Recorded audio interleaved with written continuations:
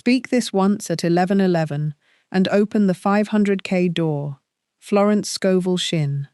Florence Scovel Shinn taught that the moment you speak with utter conviction, the unseen substance of the universe rearranges itself around your word, and something in you already suspects this is happening in your own life right now, whether you have named it or not. There is a verse tucked into the book of Isaiah, chapter 65, verse 24, and it reads, "Before they call, I will answer, and while they are yet speaking, I will hear." And Florence Scovel Shinn would stop you right there and say, "Do you see it? The answer is not waiting for your need to grow loud enough or desperate enough. The answer is already in motion before your lips finish forming the request." And this is exactly why so many of you have stood at the $500,000 door, knocked, begged, pleaded, and felt nothing move, not because supply was slow, but because you were speaking from lack instead of speaking from the answer already given. You were asking a closed door to open instead of thanking an open door for opening. So before we go one step further, let us give your word something true to stand on. Say it with me. I am one with infinite supply. My abundance flows to me at 11:11 and every hour after. My word is my wand. And again, I am one with infinite supply. My abundance flows to me at 11:11 and every hour after. My word is my wand. And if something in you just went quiet as you heard that, if you felt the door move even an inch on its hinges, type the two words "God supplies" in the comments below.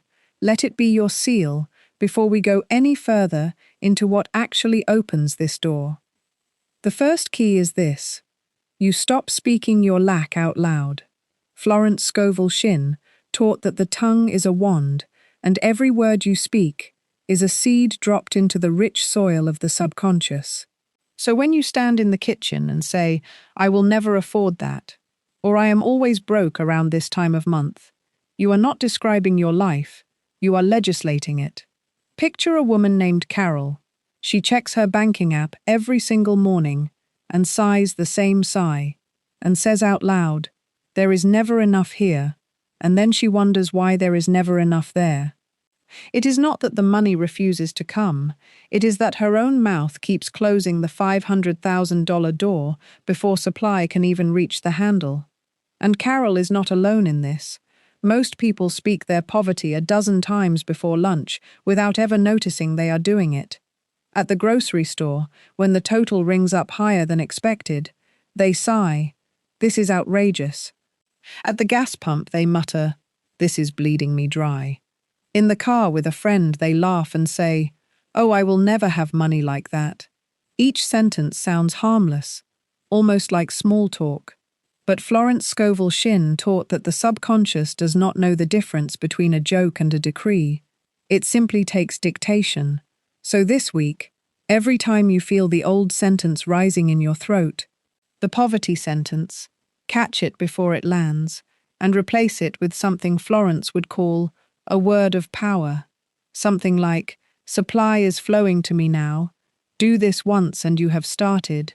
Do this all week and you have begun to retrain the very air around you, because the atmosphere of your home listens to what you say in it far more closely than you think. And it repeats you back to yourself. Notice too how differently a room feels when someone walks in saying, "Business is good, things are working out," compared to a room where someone walks in sighing, "Nothing ever goes right for me." The room itself seems to lean toward whichever word was spoken. This is the fastest door in this whole teaching, and it costs you nothing but attention. I speak only what I wish to see standing in my life. The second key is this. You must change what you believe about who you are before you can change what arrives at your door. Florence Scovel Shinn taught that we do not attract what we want. We attract what we are. So it is not the $500,000 that is being withheld from you. It is your own self-concept still quietly insisting that such a sum belongs to other people, people with better luck, better families, better timing. And notice how sneaky this self-concept can be. It rarely announces itself loudly. It hides inside small, offhand sentences you barely notice yourself saying. Consider a man named Elliot. He applies for opportunity after opportunity.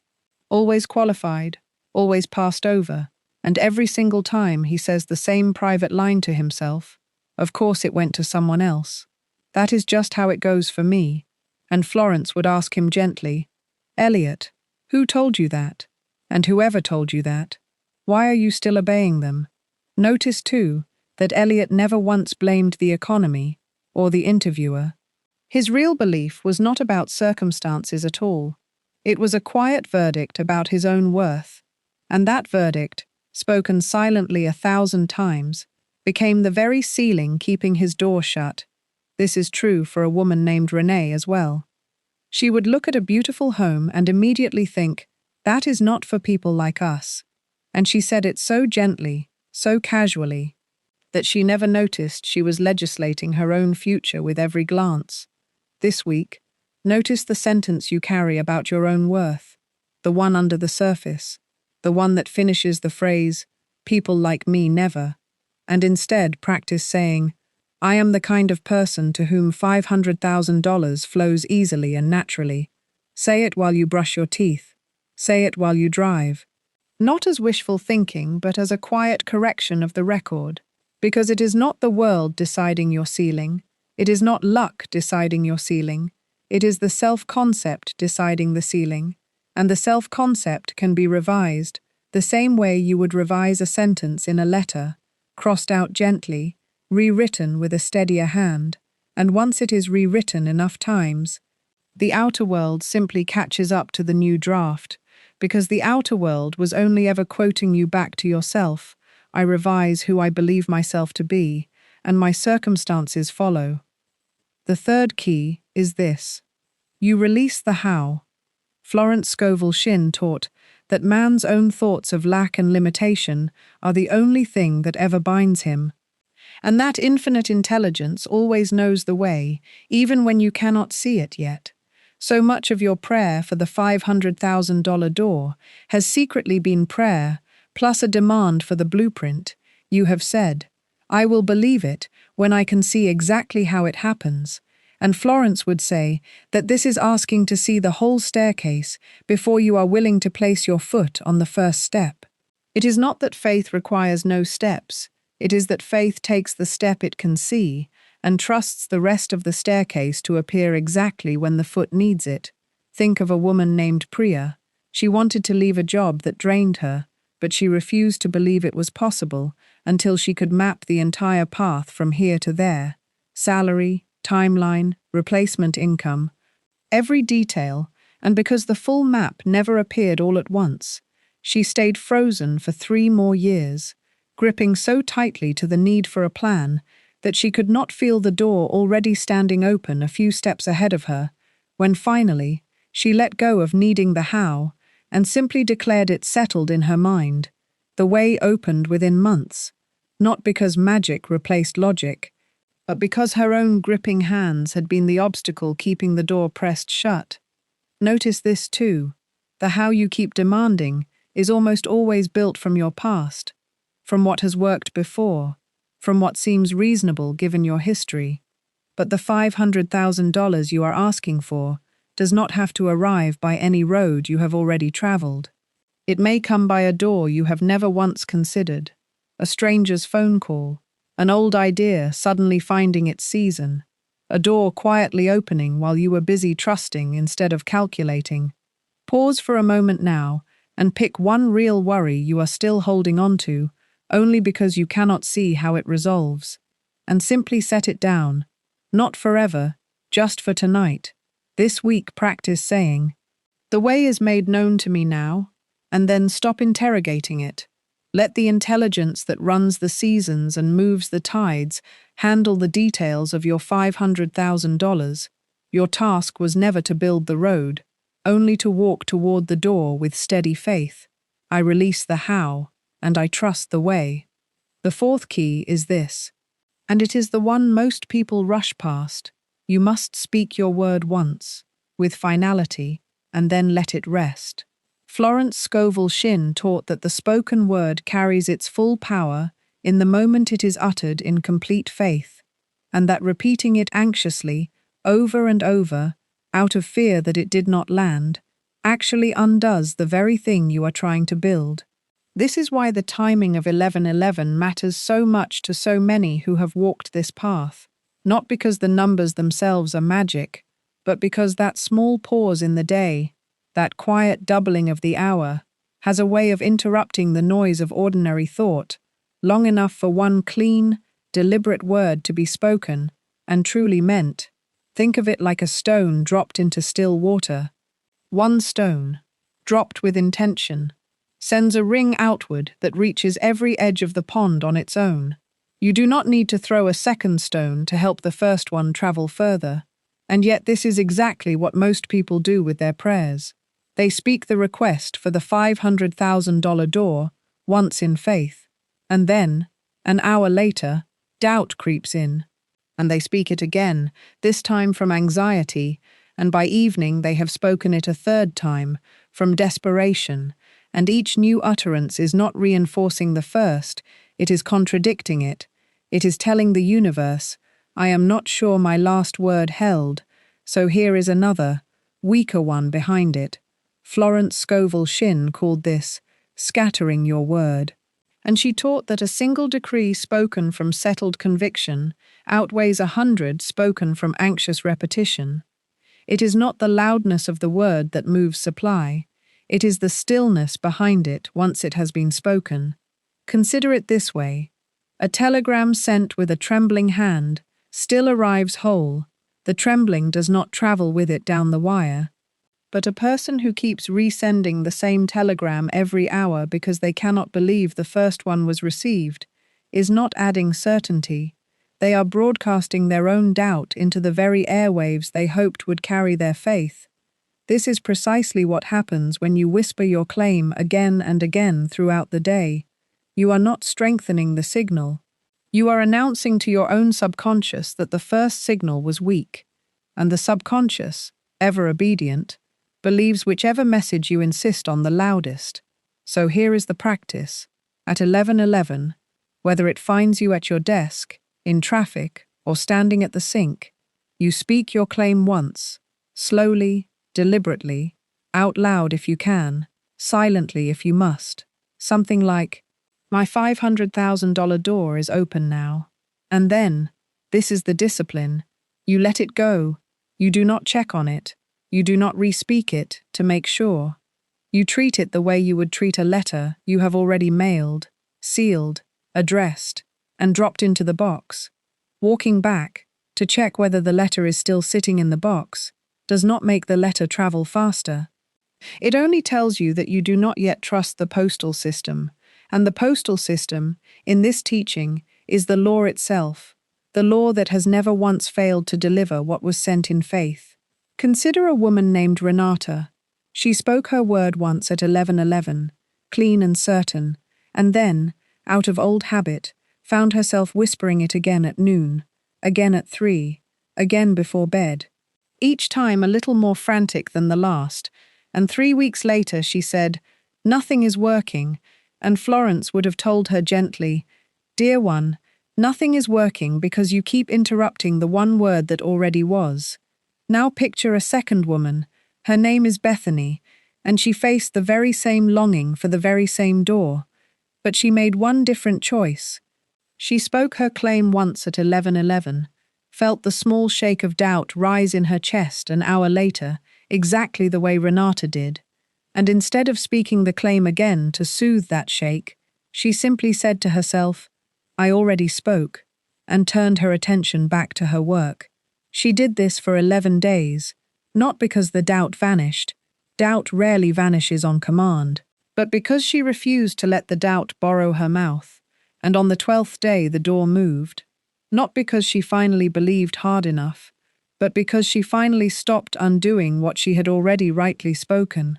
This is the quiet difference between the two women. Both doubted.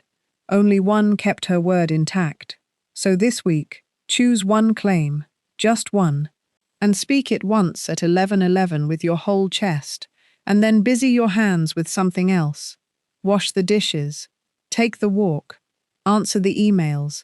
Let your faith be shown not by how often you repeat the word, but by how calmly you leave it alone once it is spoken. This is the discipline that separates casual wishing from the spoken word Florence Scovel Shinn called a wand. My word once spoken is a settled thing, and I do not move it again. There is something quiet that happens in a person right after they finally stop repeating their prayer out of fear, a kind of exhale. And if you want the next teaching to reach you in that exact moment, subscribe now so it finds you. It costs nothing, and it keeps the door we are building together open between us. The fifth key is this: you guard the atmosphere right after you speak. Florence Scovel Shinn taught that faith is a state that can be shaken by careless company just as easily as it was built by careful words. So the hour after you speak, your claim at 11:11, is not the time to call the one relative who always says, "That sounds unlikely." It is not the time to scroll through comparisons that make your $500,000 door feel far away. Think of your word as a seed just pressed into soil. You would not dig it back up an hour later to check if it sprouted. You protect the stillness over it. Consider a man named Walter. He spoke his claim with real conviction one morning and felt something settle quietly in his chest. And then, within the hour, he called his brother, who laughed gently and said, 500,000, in this economy. And Walter laughed along with him, not noticing that his own laughter was quietly agreeing with the doubt. By evening, the settled feeling was gone, replaced by the old familiar heaviness, and he wondered why the day had drained him. It was not the brother who broke the spell. It was Walter handing his own freshly spoken word over to someone else's unbelief before it had even taken root. Now picture a woman named Josephine. She spoke her claim the same way, and then, instead of reaching for her phone, she made tea, slowly, and sat with the quiet feeling a while longer, letting it breathe. She did not defend her claim to anyone, she simply did not expose it. This is the whole discipline. Not louder faith, only guarded faith.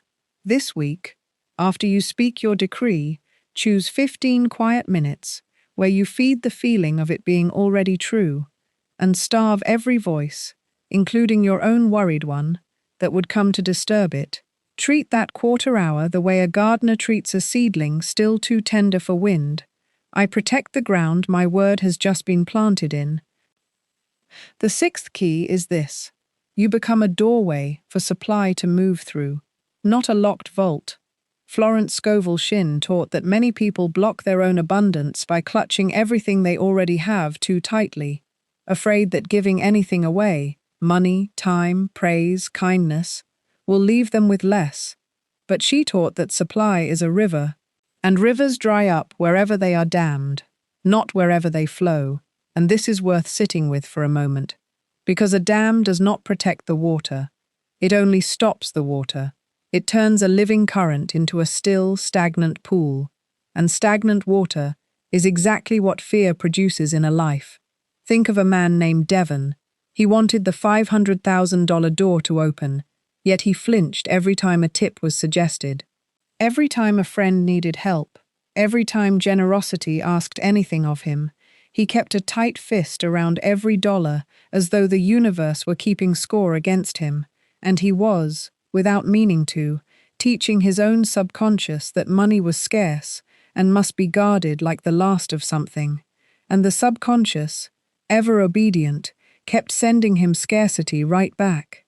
Because it is not the amount that leaves your hand that matters, it is the belief behind the releasing. Now consider a woman named Lucille.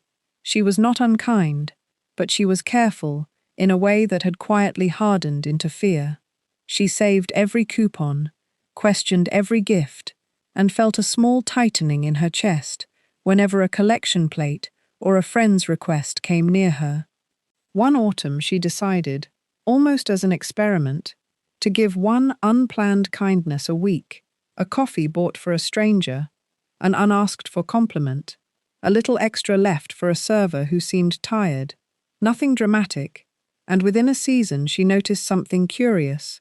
Opportunities she had not chased began finding her, not because the universe was rewarding her like a transaction, but because her own consciousness had quietly relearned that there was more where that came from, and consciousness, once convinced, cannot help but attract evidence to match its new belief.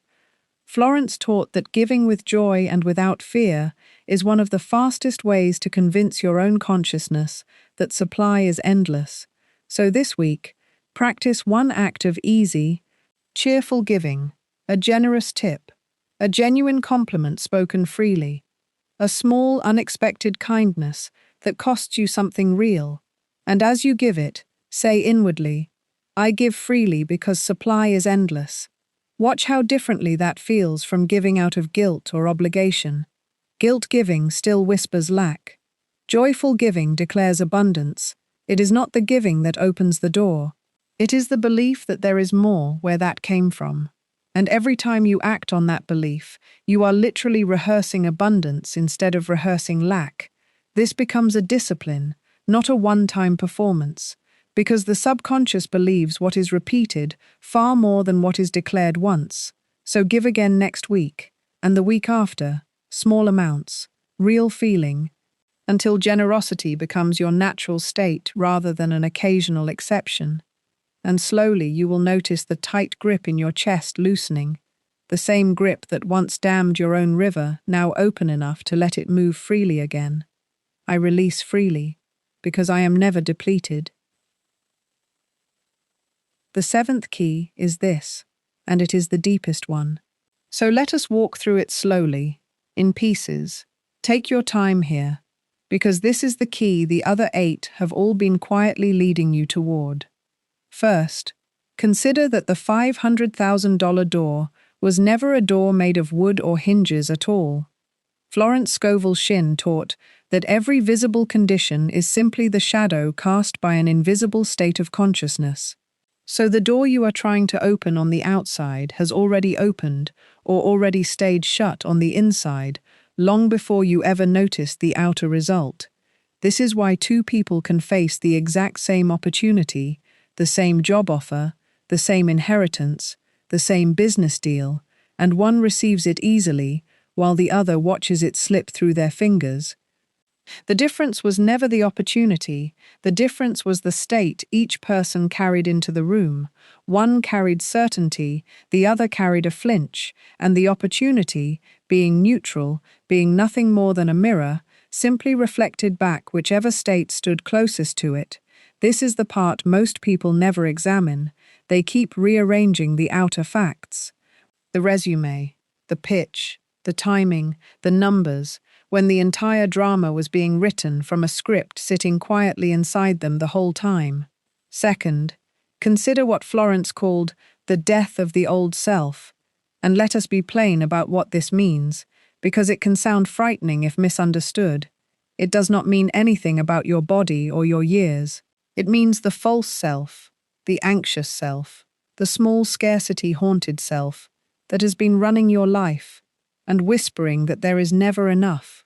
That self is not you.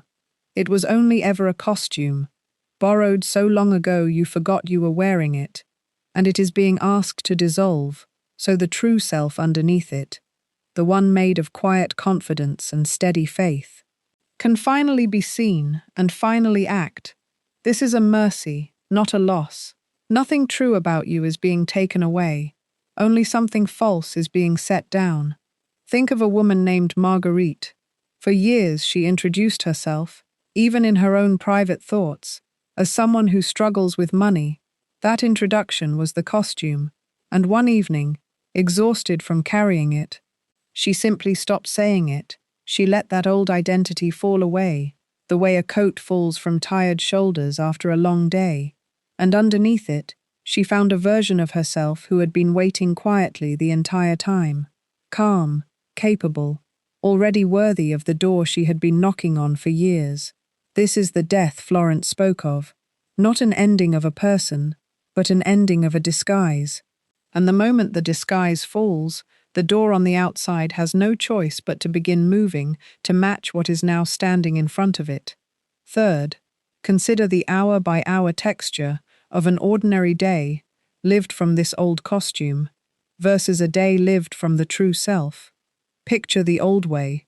7 in the morning, you wake and immediately check the bank balance with a tight stomach. 9 in the morning, you speak to a coworker and quietly compare your progress to theirs and feel behind. Noon, you eat lunch scrolling past someone else's success and feel the door grow further away. 3 in the afternoon, you catch yourself saying, "I could never afford that about something small." 6 in the evening, you come home and sigh at the mail before you have even opened it. 10 at night, you fall asleep rehearsing worry about tomorrow. That is 7 small moments across one day, each one a fresh brick laid into the very wall you are praying to have removed. Now picture the same 24 hours lived from the true self. 7 in the morning, you wake and speak your one settled claim, and then release it completely. 9 in the morning, you catch the comparison thought mid-air and quietly replace it with, "I am walking my own path in my own timing." Noon, you eat lunch and consciously feel gratitude for what is already yours, instead of counting what is missing. 3 in the afternoon, you catch the poverty sentence before it finishes leaving your mouth and swap it for a word of power. 6 in the evening, you open the mail with calm curiosity instead of dread. 10 at night, you fall asleep picturing the door already open rather than rehearsing its absence. Same circumstances, same bills, same inbox, entirely different consciousness moving through them, and it is this consciousness, repeated day after day, hour folded quietly into hour, that eventually becomes so strong that the outer world has no choice but to rearrange itself to match it.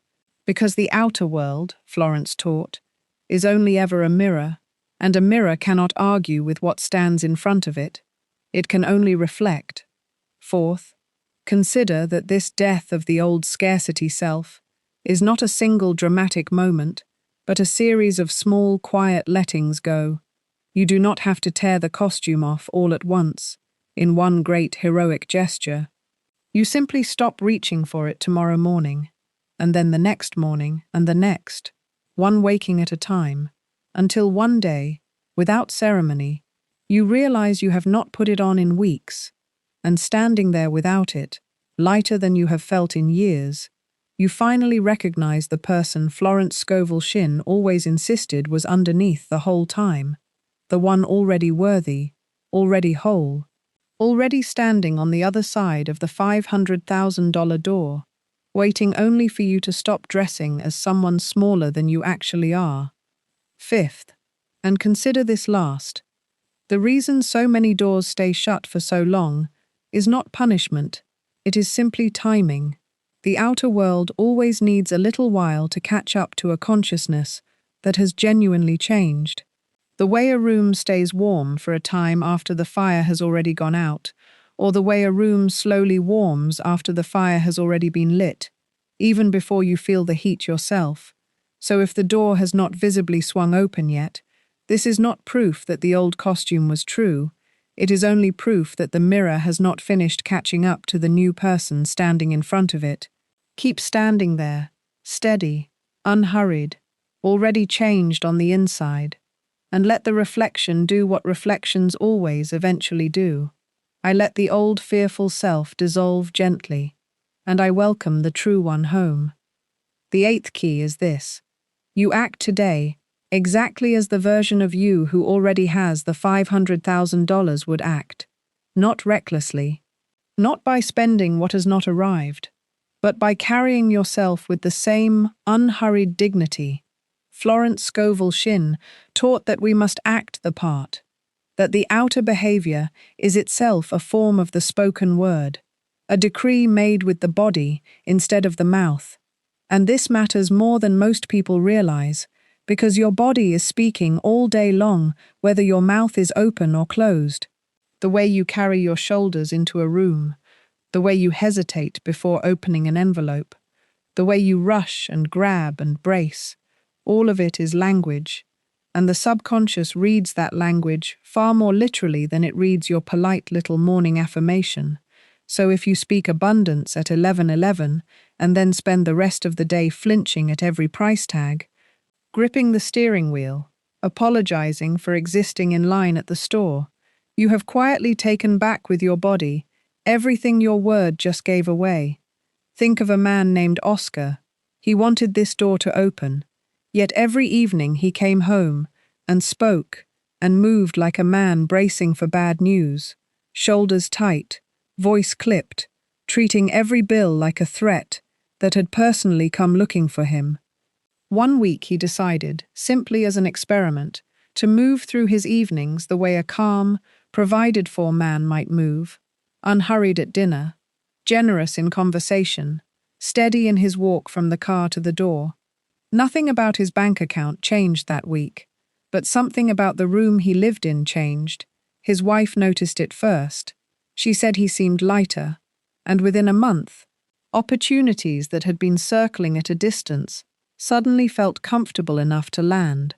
This is not about pretending money you do not have. Florence was careful to draw that line. It is not deception. It is withdrawal. Withdrawing your identity from panic and depositing it into peace. Because peace is the native posture of the one for whom supply already flows. And there is a second layer here worth sitting with. The fully provided-for version of you is not loud about it. She does not brag. She does not need anyone to notice her calm. She simply moves through an ordinary Tuesday, the way someone moves who has already been answered. Pause for a moment and pick one real moment from your coming week. A bill you dread, a conversation you have been avoiding, a purchase that usually makes your stomach drop, and decide now how the fully provided for you would walk through that exact moment, unhurried, unafraid, quietly certain. Let your very posture become a second wand, standing right alongside your spoken word. Because a wand spoken once and then contradicted all day by a trembling body is a wand working against itself. I move through today as the one who has already received. The ninth key is this, and it is the gentlest one. You thank the door before it has visibly opened. Florence Scovel Shinn taught that gratitude spoken in advance is one of the most powerful forms the word can take, because it declares the thing finished rather than still pending. And this is a subtle distinction that changes everything about the way your prayer lands. Hoping still stands outside the door, wondering if it will ever move. Thanking in advance has already walked through it and turned to look back at the room with quiet wonder. Think of the difference between saying, "I hope the money comes," and saying, softly, "Thank you that it is already on its way." One sentence keeps you pacing the porch, the other has you seated inside by the fire. Consider a woman named Beatrice. Every night for months she prayed the same anxious prayer, "Please let the $500,000 door open for me." And every morning she woke exactly as uncertain as she had fallen asleep, because a plea repeated nightly only rehearses the absence of the thing. One evening, worn out from asking, she tried something different. She simply whispered, "Thank you, that it is already open." And something in her chest loosened immediately, not because the money appeared that instant, but because for the first time her whole being agreed with the answer instead of arguing for it. She slept differently that night, lighter, and she noticed she woke differently too. Less like a beggar checking the mail, and more like an heir simply waiting for the courier. This is the quiet shift Florence Scovel Shinn pointed to again and again. That thanksgiving spoken now is not a reward you give after the blessing arrives. It is the very posture that invites the blessing to arrive at all. Gratitude offered early tells your own consciousness the matter is settled, and consciousness, ever obedient, begins arranging the outer world to agree with what you have already decided is true.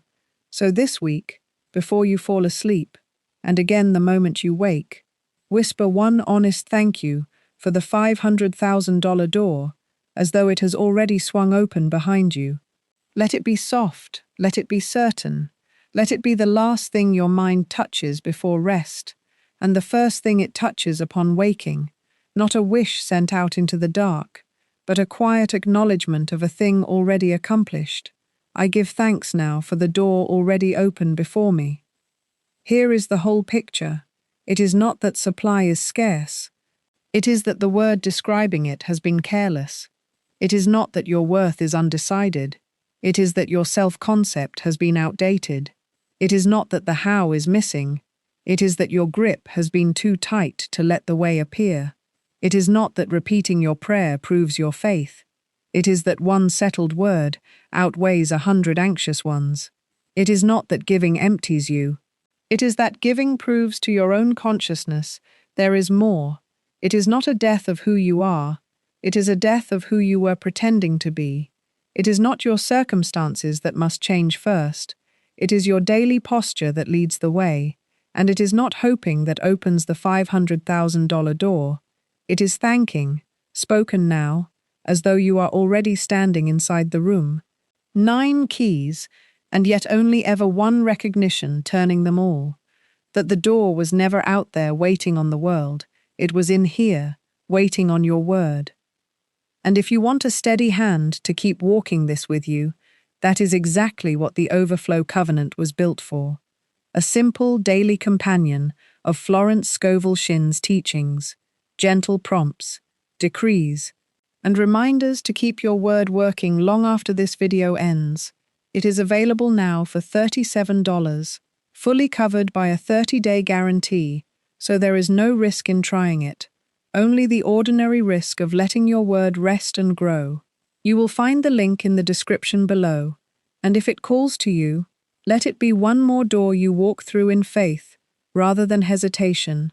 Now let us seal all of this together the way we began. Say it with me. I am one with infinite supply. My abundance flows to me at 11:11, and every hour after. My word is my wand. And so the $500,000 door was never far away. It was only ever waiting for one clean word, spoken once, and trusted completely.